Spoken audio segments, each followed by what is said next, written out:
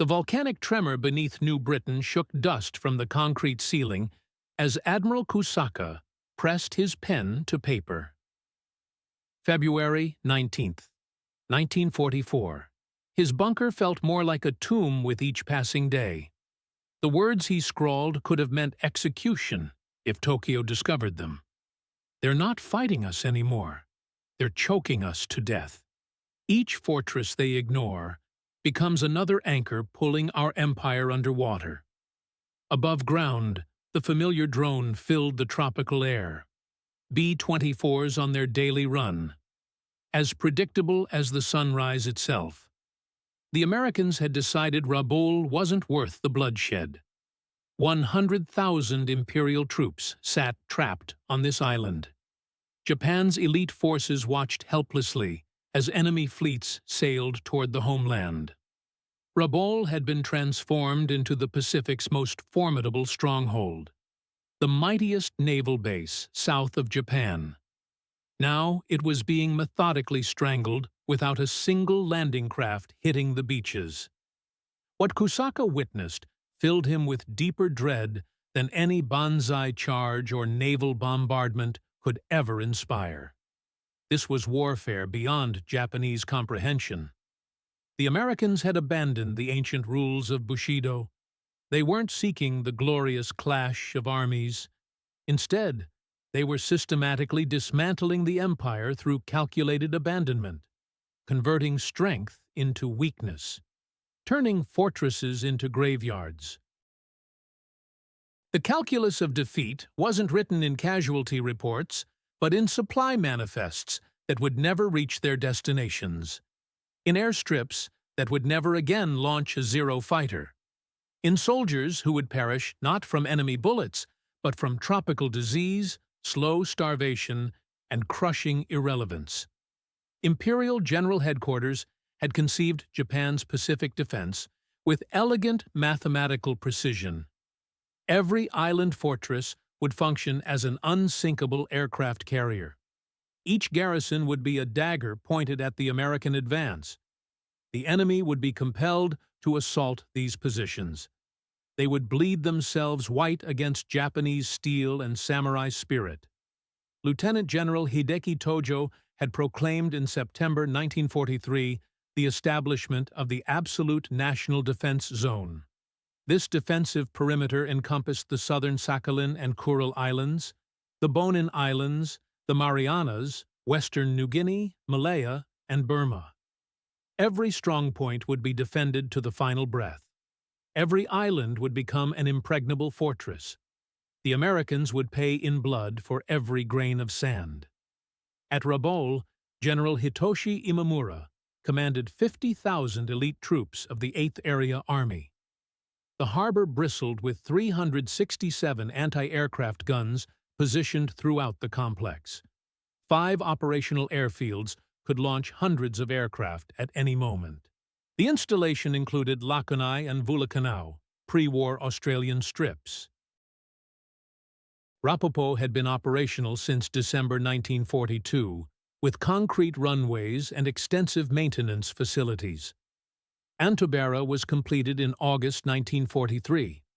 Miles of underground tunnels connected defensive positions, hospitals, and supply depots carved from the volcanic rock. Rabaul is impregnable, Imamura had written to Tokyo in November 1943.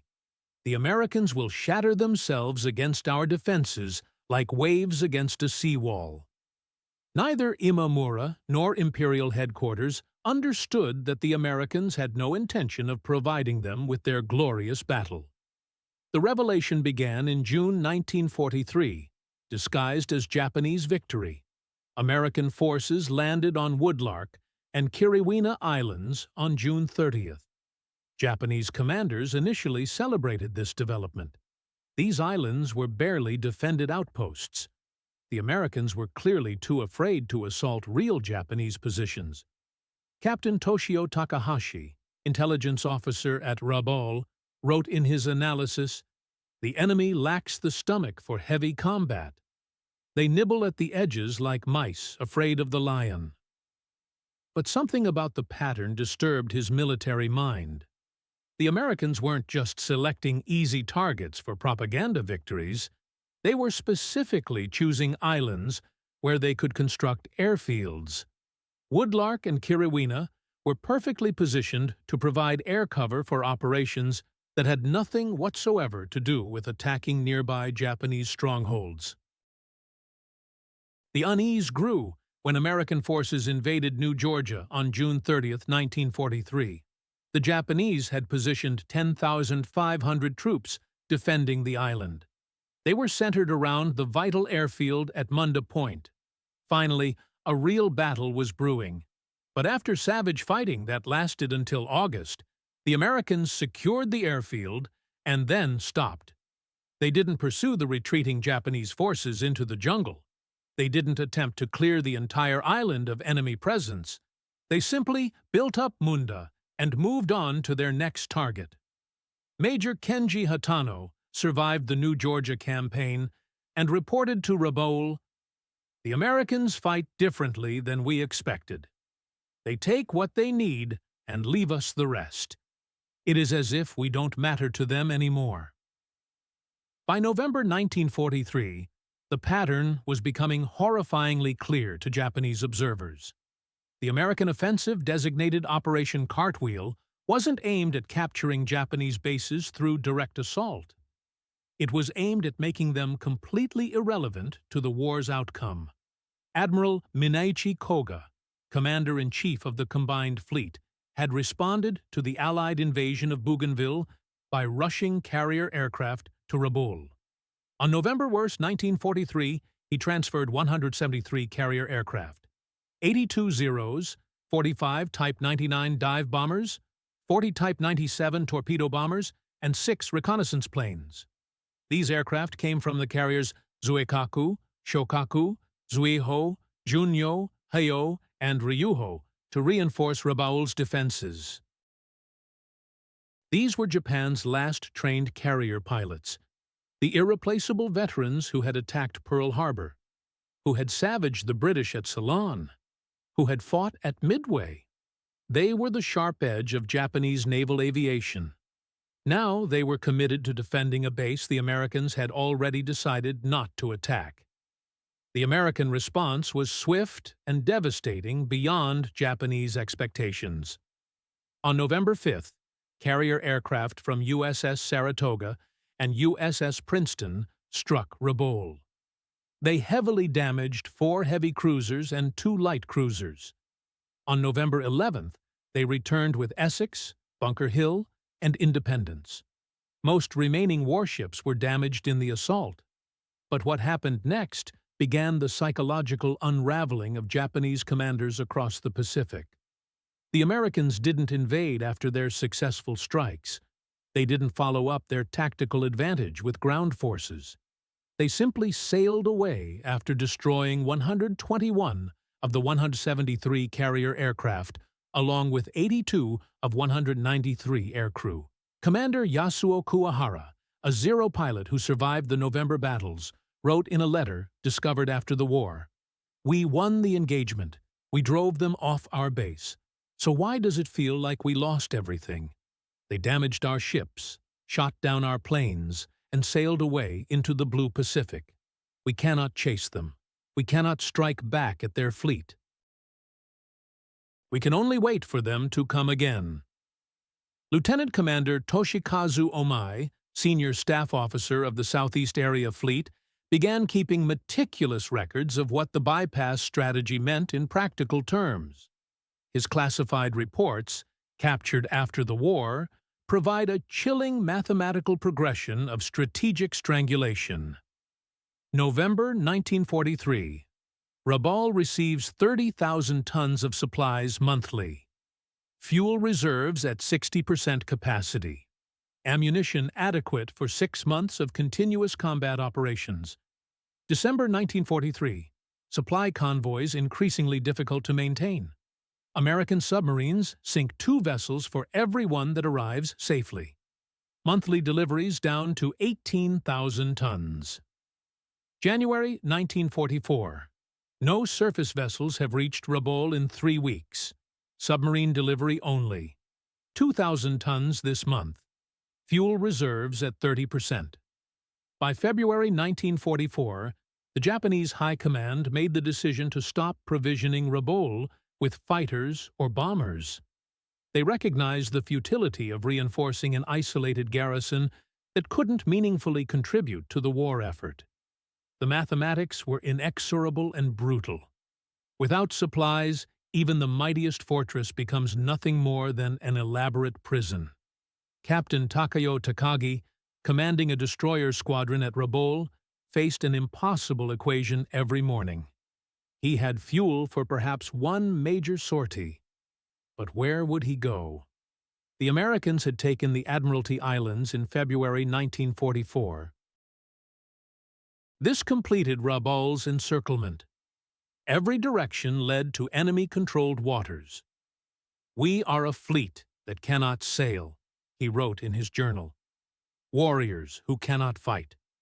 We have become military theater, maintaining the pretense of threat while the real war passes us by." What the Americans had discovered, whether through brilliant planning or fortunate accident, was that the Japanese island garrisons could be defeated by the Pacific itself.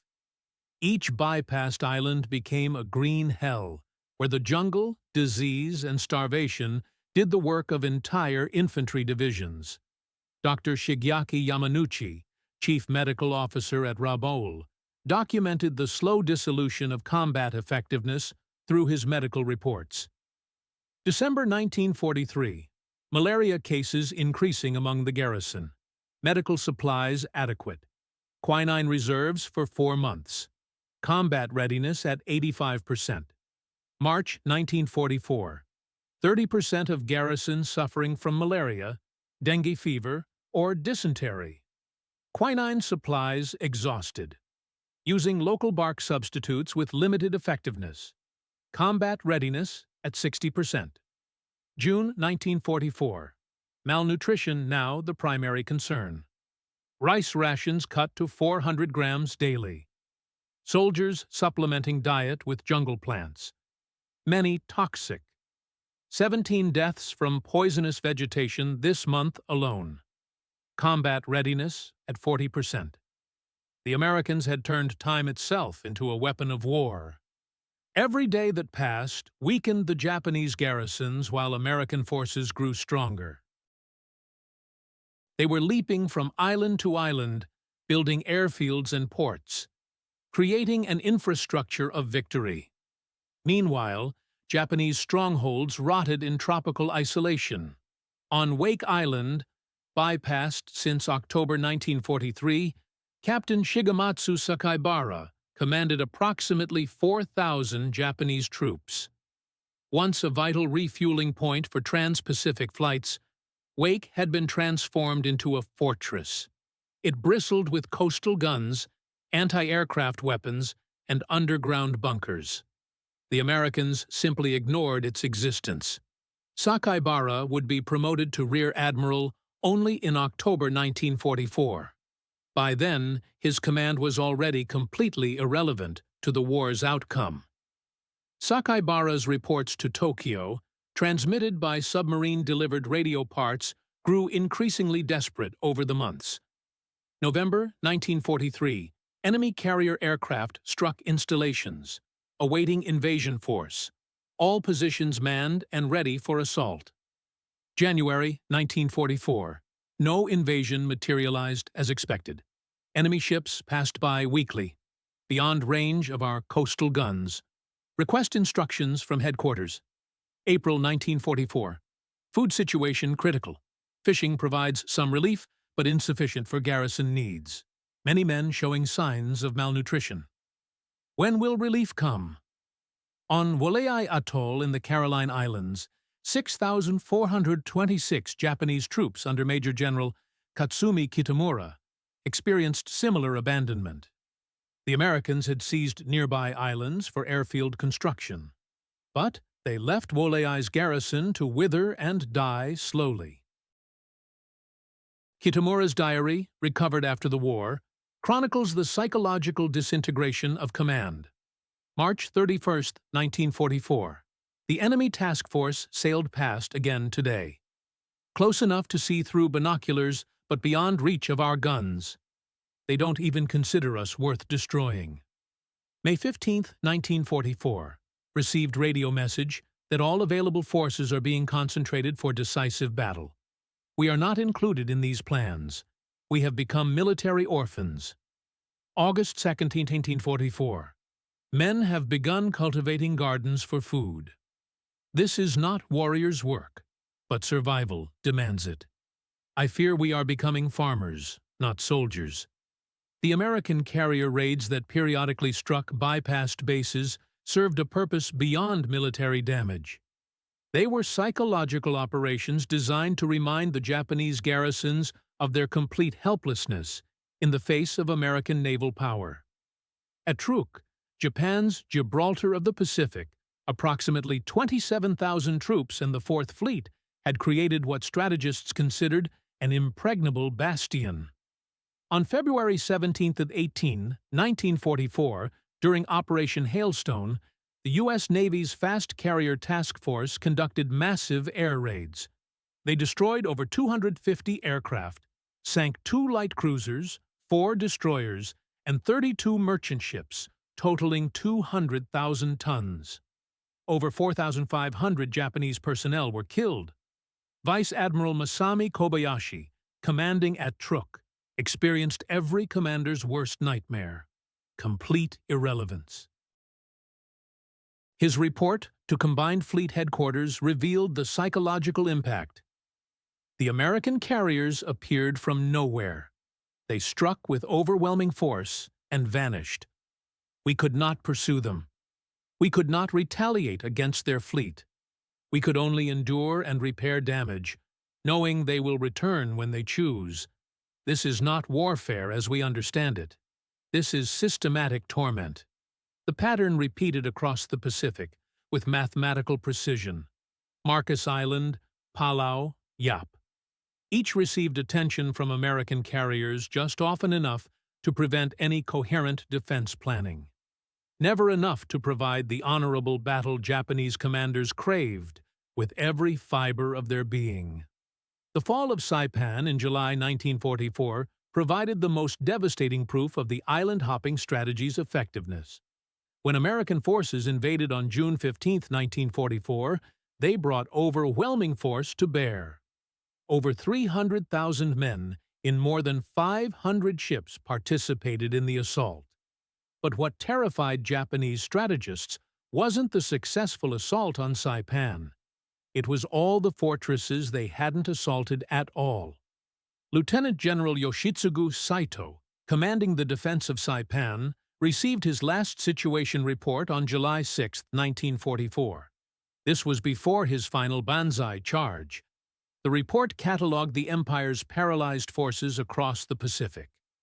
Truk, 27,000 troops isolated. No naval support possible. Rabaul, 100,000 troops isolated.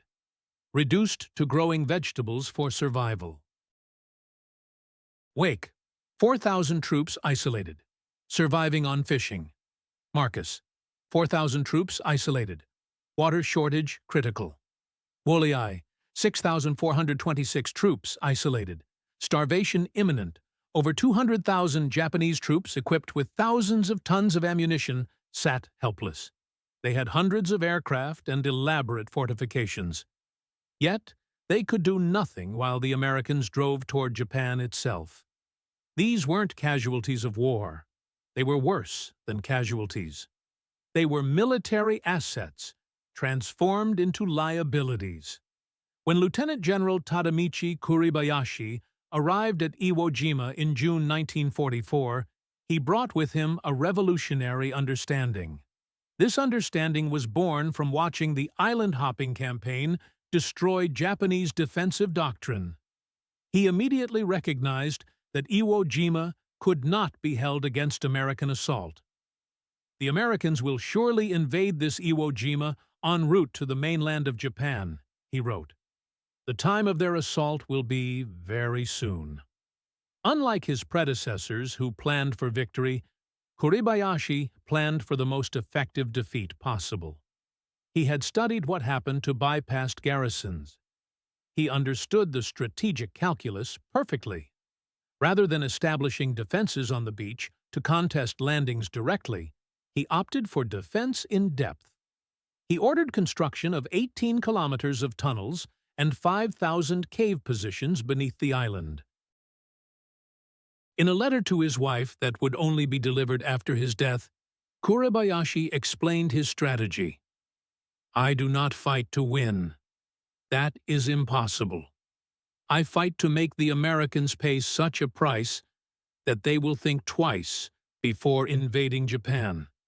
Every Marine we kill here is one who cannot invade the homeland. We are not defending Iwo Jima. We are defending Japan with our deaths." This represented a fundamental shift in Japanese military thinking. Kuribayashi explicitly forbade banzai charges until the final days. He considered them wasteful of life and ammunition. He ordered every soldier to fight as long as possible before being killed. The island-hopping strategy had taught Japanese commanders that heroic death meant nothing if it didn't serve a strategic purpose. What Japanese commanders slowly realized was that the Americans had revolutionized warfare itself. The island-hopping strategy wasn't just about avoiding strong points. It was about creating a new form of military logistics that made traditional defensive positions obsolete. Commander Chihaya Takahashi, a staff officer who analyzed American operations, wrote a report that was suppressed by Imperial headquarters. The Americans do not capture islands. They create floating bases. Each captured atoll becomes a fuel depot. Each lagoon an anchorage. Each airstrip a projection of power. They have made the Pacific Ocean itself into a highway for their war machine. The Liberty ships were producing 3 vessels per day at peak production. While Japanese garrisons carefully rationed their last tons of rice, American construction battalions were pouring concrete. They were building runways that could handle 100-ton bombers. Captain Minoru Genda, the tactical genius behind the Pearl Harbor attack, studied American logistics from his post in Tokyo. He reached a chilling conclusion. We prepared for a war of warriors. They are fighting a war of engineers. While we perfect the art of Dayan, they perfect the art of supply. Each bypassed garrison weakens us. Each new airfield strengthens them. Time itself has become our enemy. Complementing the island-hopping strategy was the American submarine campaign. It turned Japanese resupply efforts into suicide missions. By 1944, American submarines were sinking Japanese vessels faster than they could be replaced. Admiral Naokuni Nomura, commanding submarine operations from Truk, documented the impossibility of supporting bypassed garrisons. January 1944, lost I-169 attempting to resupply Bougainville garrison. 40 tons of supplies lost. February 1944, I-43 damaged by aircraft while approaching Rabaul. Mission aborted. March 1944, I-42 sunk attempting to evacuate key personnel from Wake Island. April 1944, submarine resupply missions suspended indefinitely. Cannot justify loss of boats for minimal supply delivery. The submarines that had once been the lifeline for bypassed garrisons became too precious to risk. Each isolated fortress was truly alone in the vast Pacific. The Battle of the Philippine Sea in June 1944 demonstrated the fatal consequences of the island-hopping strategy on Japanese naval aviation. Japan had already lost 121 of 173 veteran carrier pilots defending Rabaul. This stripped the carrier fleet of its most experienced aviators.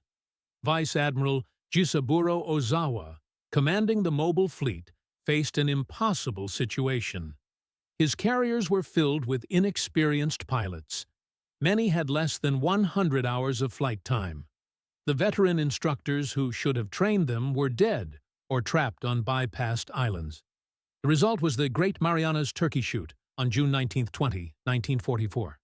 Japanese losses: 550, 645 aircraft destroyed, 3 fleet carriers sunk, Taiho, Shokaku, and Hio. Approximately 3,000 personnel killed. American losses: 123 aircraft, 109 personnel killed. The 10-to-1 kill ratio reflected not just American superiority. It reflected Japanese degradation from the bypass strategy. In his after-action report, Ozawa wrote, "We have carriers without pilots, pilots without experience, experience without opportunity to gain it. The enemy strategy has not just defeated us, it has made it impossible for us to become capable of victory." By mid-1944, a surreal transformation was occurring across the bypassed Japanese garrisons. Elite combat units trained for years in the art of war were becoming agricultural communes. They were struggling merely to survive. On Rabaul, General Imamura issued orders that would have seemed insane 2 years earlier. Effective immediately, all units will devote 50% of daylight hours to food production. Each soldier must cultivate 100 square meters of vegetables. Unit commanders will be evaluated on agricultural yield, not combat readiness. Imamura ordered the cultivation of fields to accumulate harvests.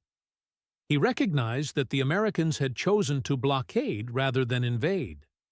The fortress of Rabaul, built to threaten Allied operations across the Pacific, had become a vast prison farm. Colonel Norio Kishimoto, commanding an infantry regiment, wrote in his diary, "My samurai ancestors would weep to see us today. We who trained to die gloriously in battle now tend sweet potatoes and raise chickens. The Americans have not just defeated us. They have humiliated us with irrelevance." Similar scenes played out across the Pacific with mechanical regularity. On Wolaï, soldiers raised pigs for sustenance. On Truk, they fished with improvised nets made from parachute cord. On Wake, they attempted to grow vegetables in coral sand mixed with human waste. The Imperial Japanese Army, which had conquered half of Asia, was reduced to subsistence farming. Perhaps the cruelest aspect of the island-hopping strategy was that it took months or even years for bypassed commanders to fully understand their situation. Radio contact with Tokyo continued. Orders were still issued. Promotions were still announced. The fiction of military relevance was maintained even as reality diverged completely from command expectations. General Imamura at Rabaul continued to receive operational orders from Imperial General Headquarters as late as December 1944. Prepare for coordinated offensive in conjunction with Philippine operations. Maintain readiness to interdict enemy supply lines. The absurdity of such orders was staggering. They were asking a garrison that hadn't seen a supply ship in 8 months to conduct offensive operations. This revealed the complete disconnection between Japanese High Command's perception and battlefield reality. By April 1944, the last Japanese submarine had fled Rabaul. The last surface vessel had departed the harbor. No aircraft had taken off in over a month.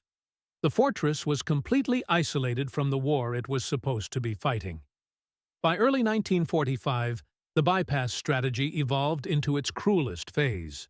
While there was no formal operation specifically targeting gardens, American forces did periodically bomb the agricultural efforts of bypassed garrisons. B-24 bombers struck the gardens that bypassed garrisons had cultivated over months.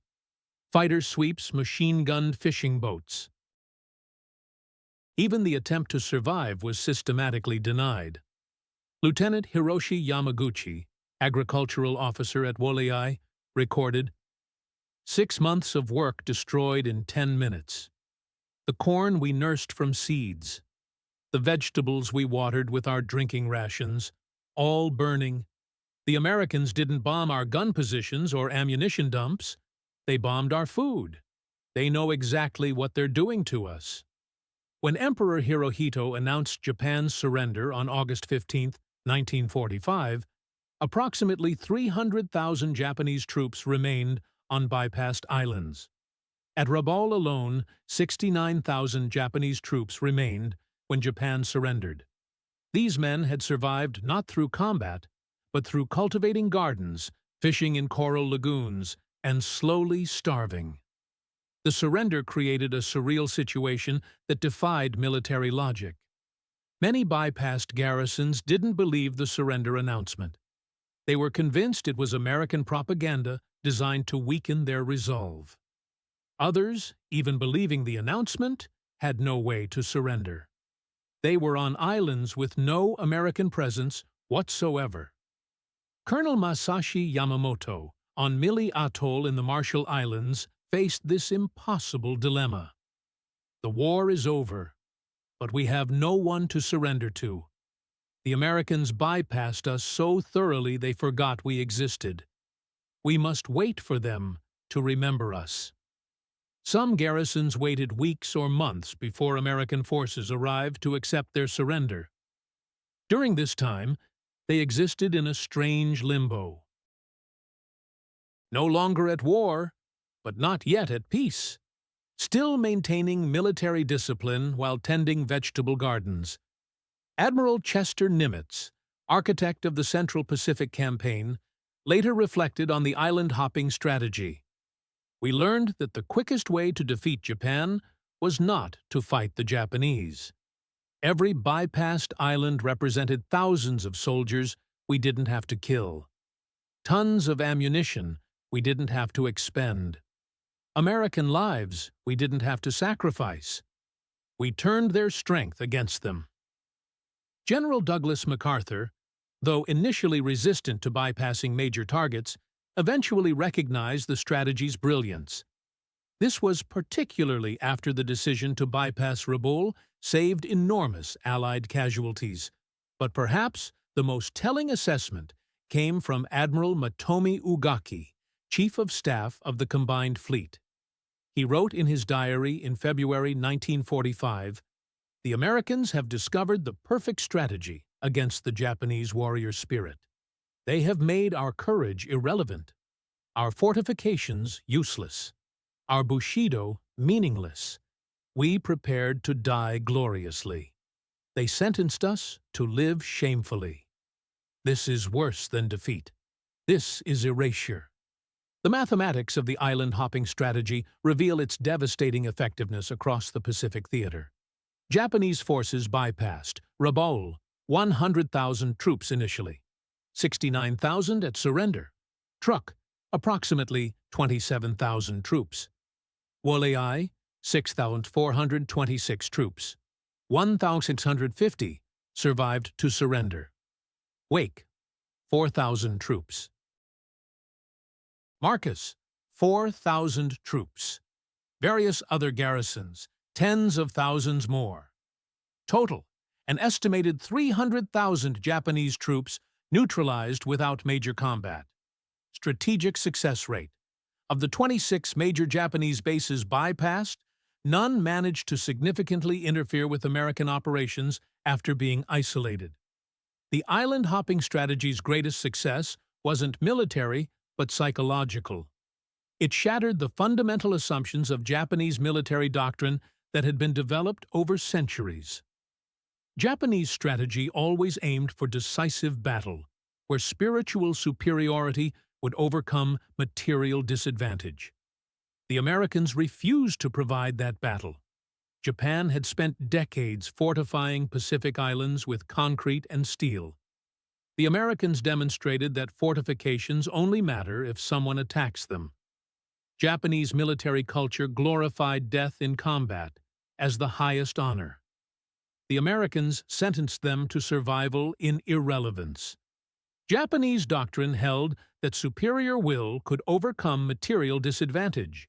The Americans made will itself irrelevant. Captain Yoshitaka Shindo, intelligence officer on bypassed Marcus Island, wrote the most perceptive analysis.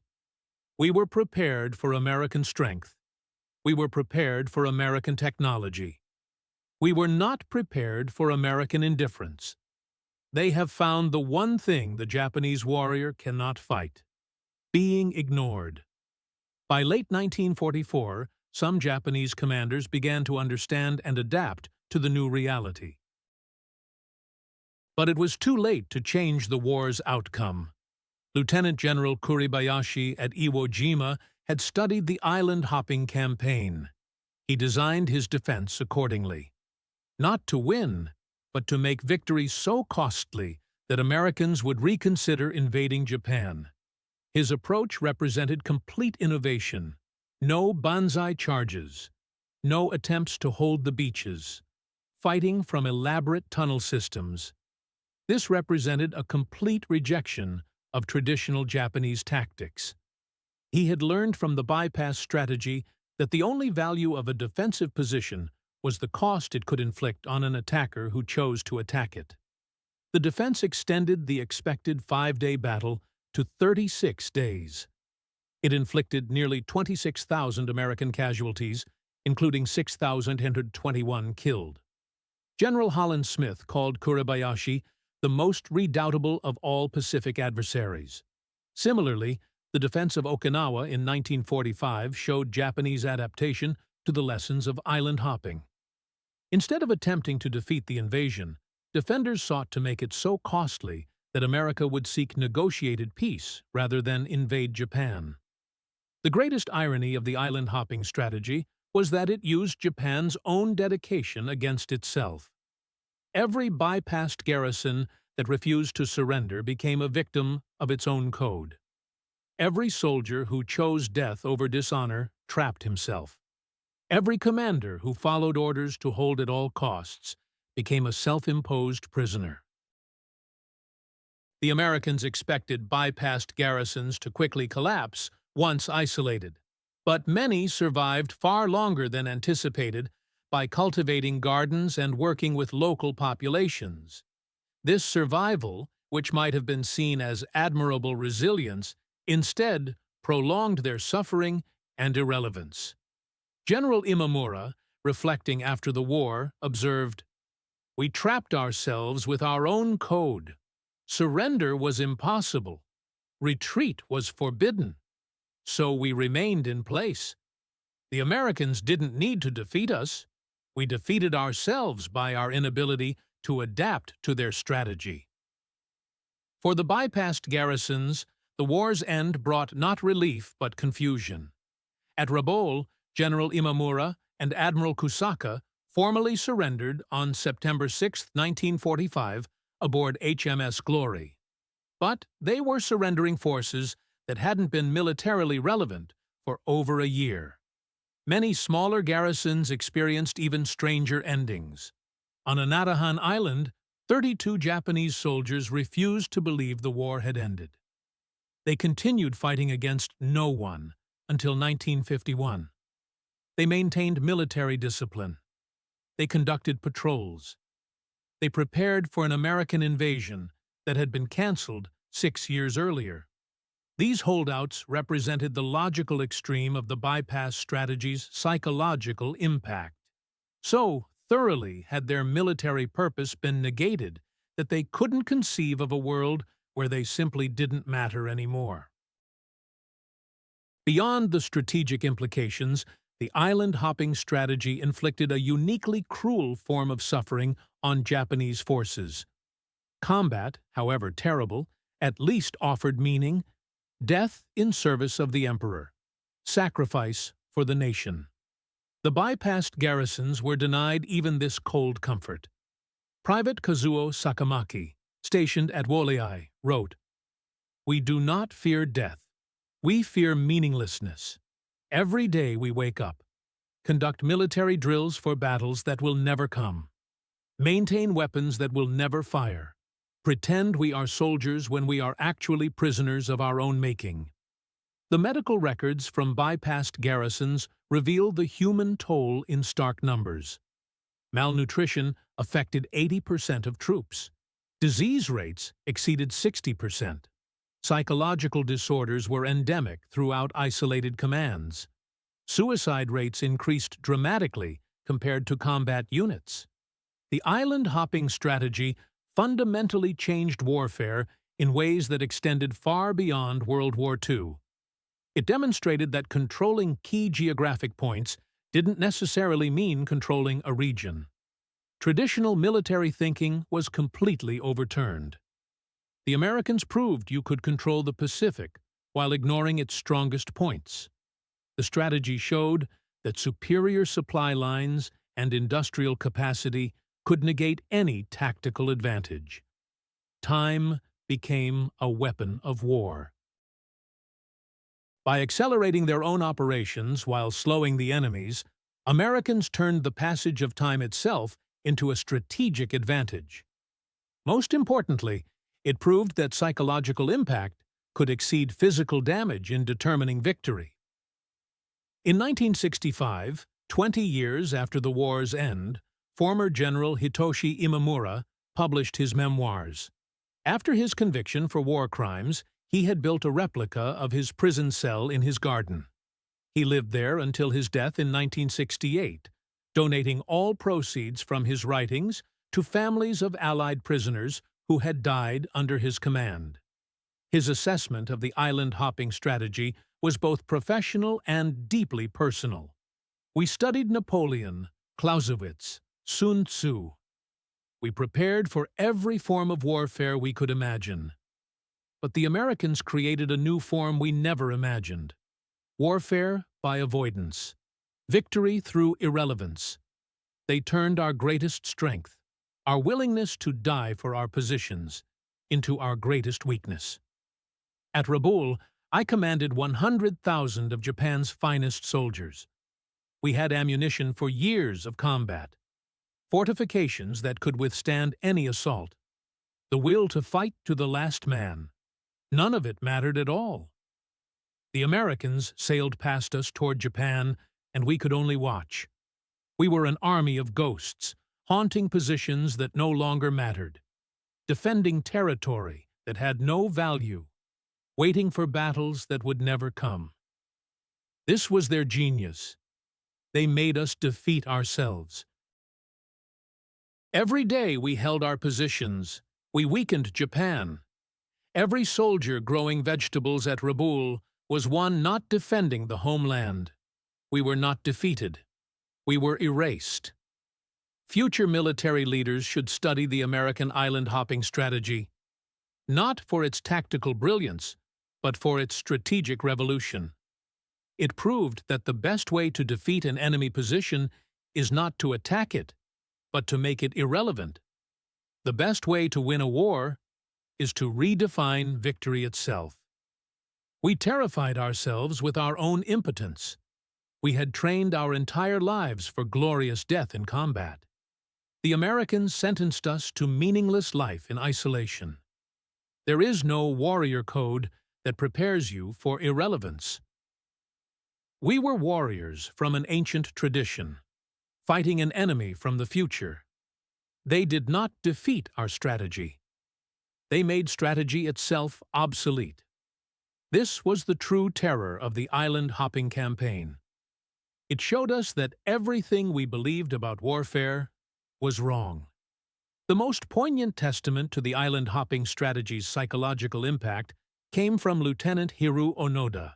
He continued fighting on Lubang Island in the Philippines until 1974, 29 years after the war ended. Deployed to Lubang on December 26, 1944, with orders never to surrender, Onoda held out with 3 other soldiers until he was the last survivor. On March 9, 1974, his former commanding officer, Major Yoshimi Taniguchi, flew to Lubang and formally relieved him of duty. Onoda surrendered on March 10, 1974, with his rifle still functioning. He had 500 rounds of ammunition. His 30-year-old uniform remained intact. When asked why he had continued so long, Onoda replied, "I was waiting for the war to come back to me.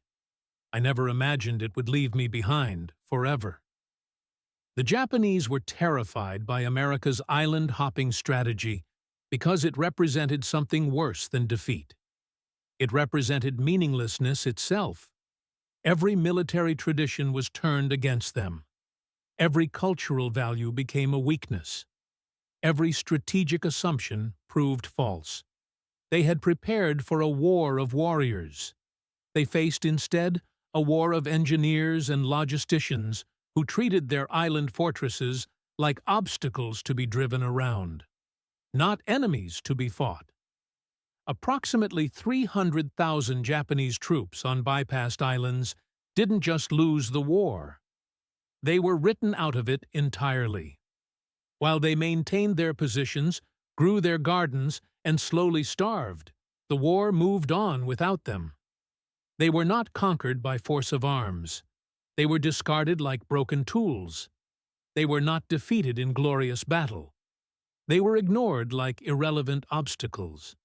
In his final entry before Japan's surrender, Admiral Kusaka at Rabaul wrote, "The Americans have taught us the cruelest lesson of war, that there is something worse than death in battle." Irrelevance in victory. We were the Emperor's finest warriors, reduced to growing sweet potatoes while the enemy sailed past us toward the homeland. We were prepared to die gloriously for Japan. Instead, we lived meaninglessly for nothing. This was their ultimate weapon, not bombs or bullets, but obsolescence itself. The island-hopping strategy succeeded because it attacked not Japanese positions, but Japanese purpose, not bodies, but beliefs, not fortifications, but fundamental assumptions about the nature of war itself. It turned the Pacific Ocean from a field of battle into a highway to victory. It transformed Japanese strongholds from fortresses into prisons of their own making. The terror it inspired came not from what it did, but from what it didn't do. It didn't provide the battle Japanese warriors craved with every fiber of their being. It didn't validate their sacrifice. It didn't even acknowledge their existence. It simply passed them by, leaving them to discover that the worst fate for a warrior isn't death. It's irrelevance. The warriors of the Empire of the Rising Sun discovered that the setting sun casts the longest shadows. In those shadows, forgotten armies slowly faded into nothing, defeated not by their enemies, but by their absence. They had seen the future of warfare, and in it they had no place at all.